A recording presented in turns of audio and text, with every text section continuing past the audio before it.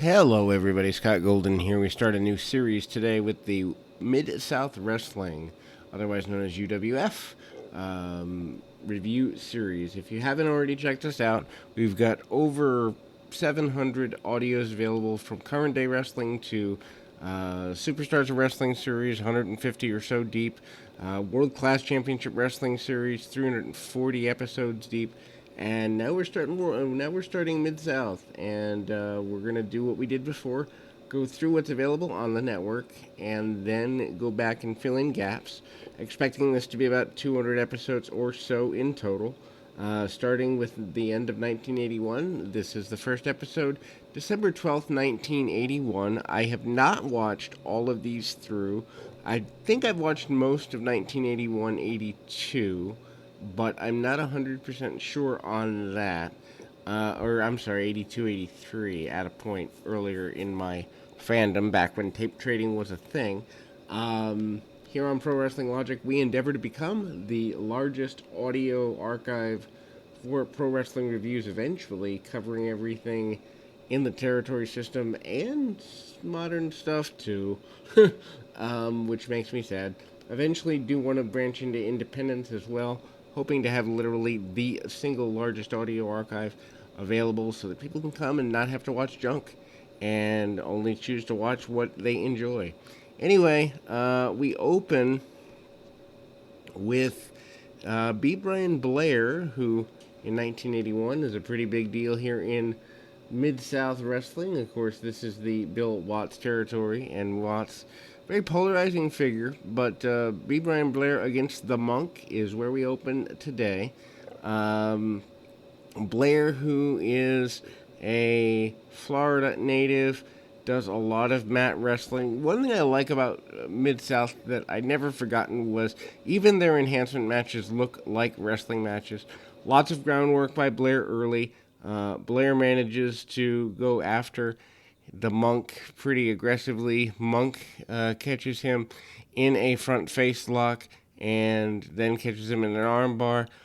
Blair fights back up to a vertical base. Blair is, I would guess from this time frame, some sort of mid to upper mid card babyface, backdrop and an abdominal stretch. The abdominal stretch Blair actually falls into a pinning combination. Good match, good win, and B. Brian Blair worth checking out in the area. Ernesto Jr. versus King Cobra is up next. Another thing I like here is matches are really short. They are decisive.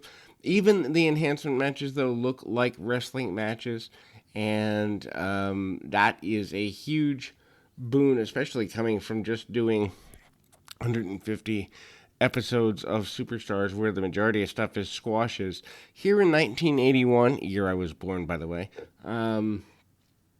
things look a lot different. King Cobra is an African-American gentleman, and Tom Ernesto Jr., I believe, one of the assassins eventually, or actually not Junior. I believe that's his father. Dropkick by King Cobra. Cobra had his share of arm work on Ernesto Jr. early, and again cinching up on a arm lock here. Stays on that for the next several minutes. Boyd Pierce, who I'm not necessarily a fan of, and Ernie Ladd, who I really do enjoy as a commentator, is here. Eventually, by the end of this month, also Bill Watts chimes in with commentary, which, if you want to hear wrestling commentary done properly, Bill Watts is a guy that does it well. Really puts it over as a sport. Everything is a big deal. King Cobra, speaking of big deal, is able to sidestep a drop kick and get himself an advantage. Kick under the chin, and Cobra pretty well tightens up pretty quickly here.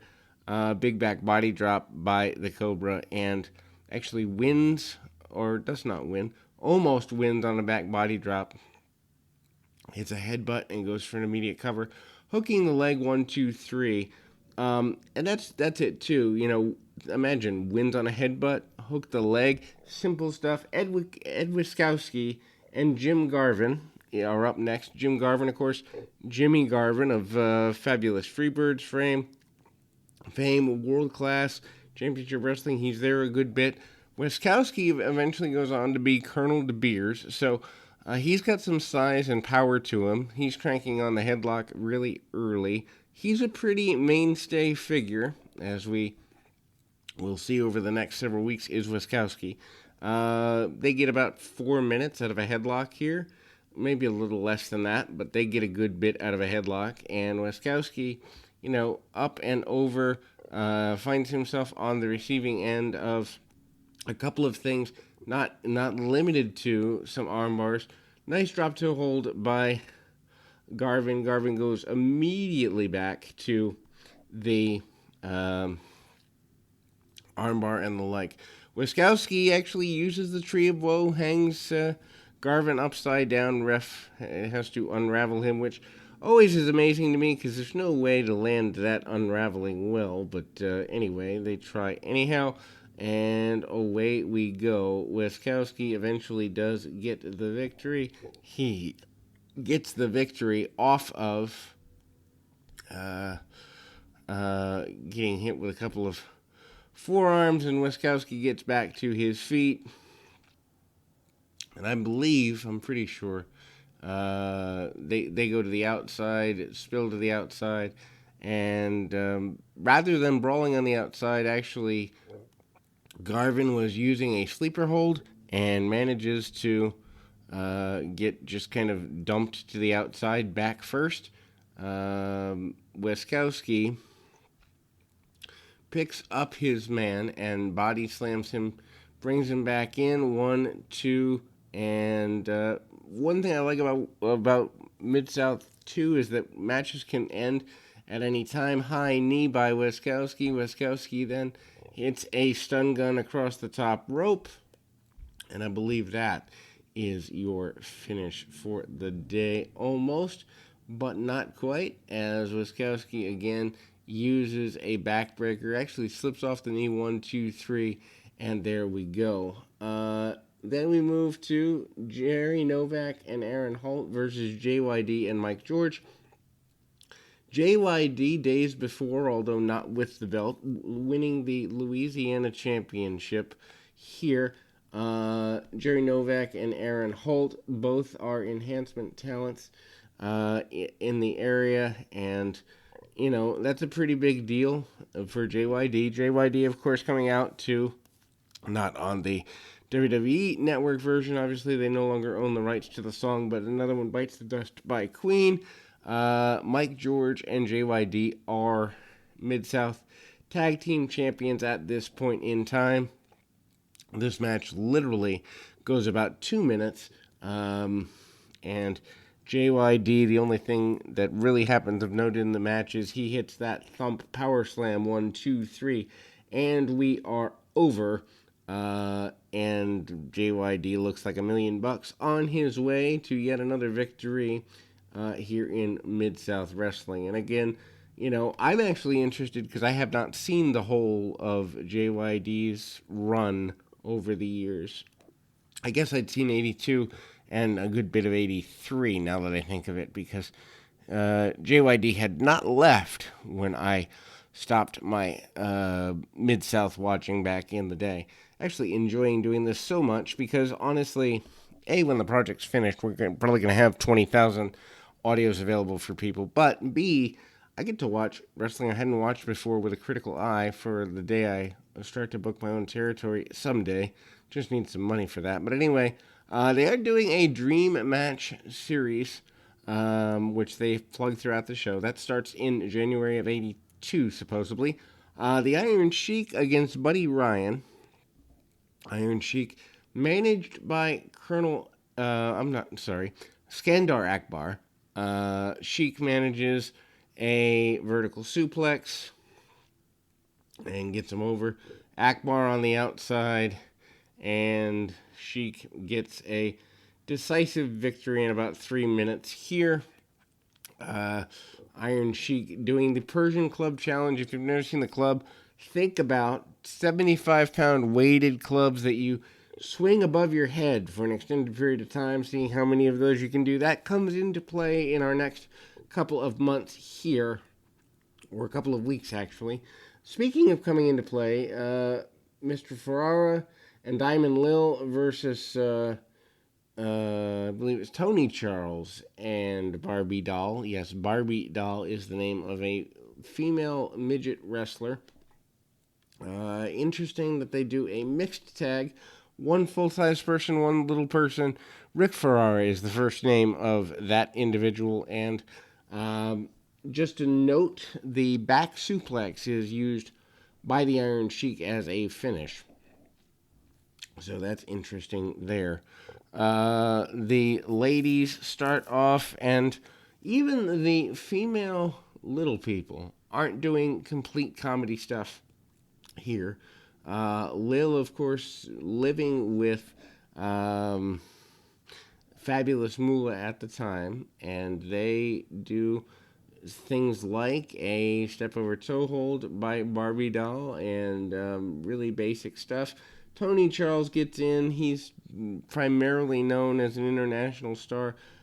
Slingshot by Diamond Lil, and the men get in. Nice head scissors.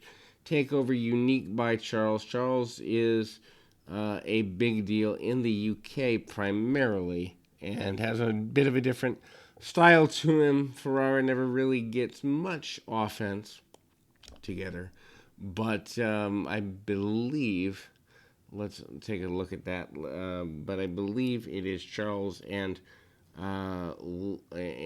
Barbie that win this contest. And we go to a TV time remaining match here. Ted DiBiase, your North American champion. Yes, the $1 Million Man here all the way in 1981. They're given about 6 or 7 minutes, and Paul Orndorff is his opposition. Orndorff, I guess, claiming that he is a former North American champion. Don't know enough about the history of Mid-South to note that. Of course, Mid-South starting in 76, 77, so I'm assuming most of the 70s stuff not available anywhere. I've never seen it. My collection, when I had it, started in 81. I think I've seen some 1980 stuff, about 20 episodes from 71 to 80. But anyway, roll-up attempted by Orndorff pretty early.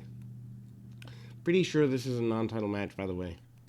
Battling over the figure 4 leg lock seems to be what these gentlemen are doing, and it serves well. Realistically speaking, it serves pretty well, in that both guys use the figure 4. To think that Flair, who is over in the NWA using the figure 4 as a finish primarily at the same time in space, back and forth, a lot of arm work, hammerlocks, and the like by DiBiase and Orndorff, and they do a lot of tip-offs, a lot of real basic head scissors stuff. They don't waste a lot of motion. Orndorff, obviously your heel, using more cheating tactics, kicking, knees to the throat and face area, anything he can get. DiBiase, classic babyface, always fighting back, always looking like he wants to fight and ready to go. And it's just an interesting thing to see Ted DiBiase, who most of us who grew up with him in the WWF era, I've seen him in Mid-South. Matter of fact, I think a lot of my early exposure of him was to that. But then we see the figure 4 by Paul Orndorff. He works the figure 4. Actually, it was originally put on by DiBiase, and Orndorff manages to hold and reverse it into an Indian Deathlock-like maneuver. DiBiase is frantically selling. He is screaming, he is yelling, he is inches from the ropes, he is in pain, he is pounding the mat, which today would be considered a tap out, not in 1981. It's interesting to me that when the wrestling marketplace in North America got used to the tap out as a concept, I think it's probably 96, 97, 98, somewhere in there, right around the few years after the birth of UFC. But referee finally chooses to make a decision to stop the match because of the close proximity to the time limit and the potential damage to DiBiase's knee and leg. And a ref stoppage is your finish for this one. And we will be back with more right after this.